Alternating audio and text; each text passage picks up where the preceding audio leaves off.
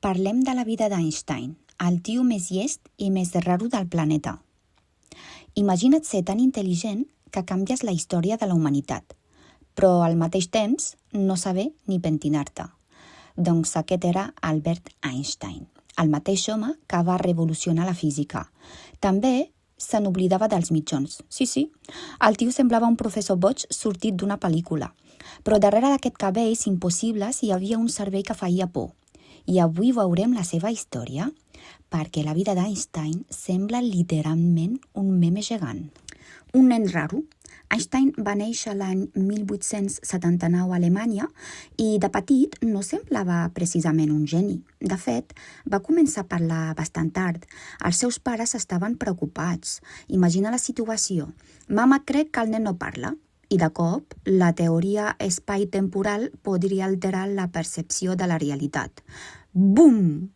Però a l'escola la cosa no millorava gaire.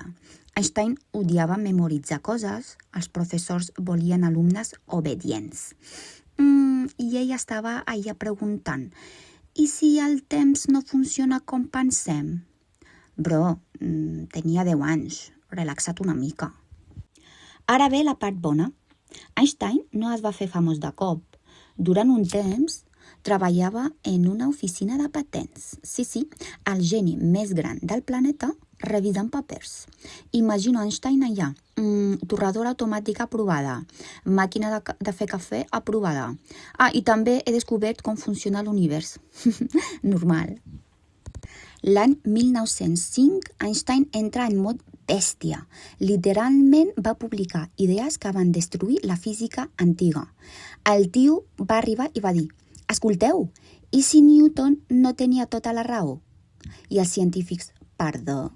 Va explicar coses sobre el temps, la llum, l'espai, l'energia, i va crear la famosa fórmula E igual a mc quadrat, la fórmula més famosa de la història, que, sincerament, el 99% de la gent porten samarretes sense entendre res, jo inclosa. Einstein deia una cosa molt boja, que el temps no és igual per tothom.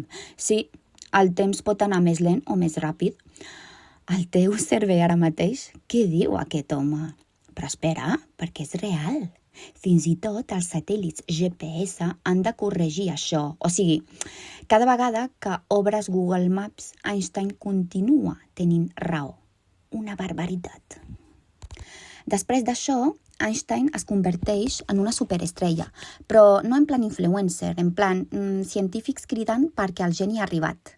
La seva cara era famosa a tot arreu i ell continuava amb aquell aspecte de acabo de despertar-me fa 14 segons. Ara, una cosa és ser un geni i una altra molt diferent, és saber gestionar la vida. Einstein era molt intel·ligent, però sentimentalment, relacions complicades, discussions, problemes familiars, o sigui, podia entendre l'univers, però no les relacions humanes. Aquest part és més seriosa. Einstein va ajudar indirectament al desenvolupament de la bomba atòmica i després es va penedir molt, perquè una cosa és descobrir energia i una altra veure humans utilitzant-la per destruir ciutats. Això el va afectar bastant. Einstein va morir l'any 1955, però encara avui continua sent el símbol de la intel·ligència. Quan algú és molt llest diem, mira, el sembla Einstein. I és curiós, perquè el nen que molts professors consideraven estrany va acabar canviant el planeta. Així que, si algun dia et diuen que ets raro, tranquil, potser no ets el problema.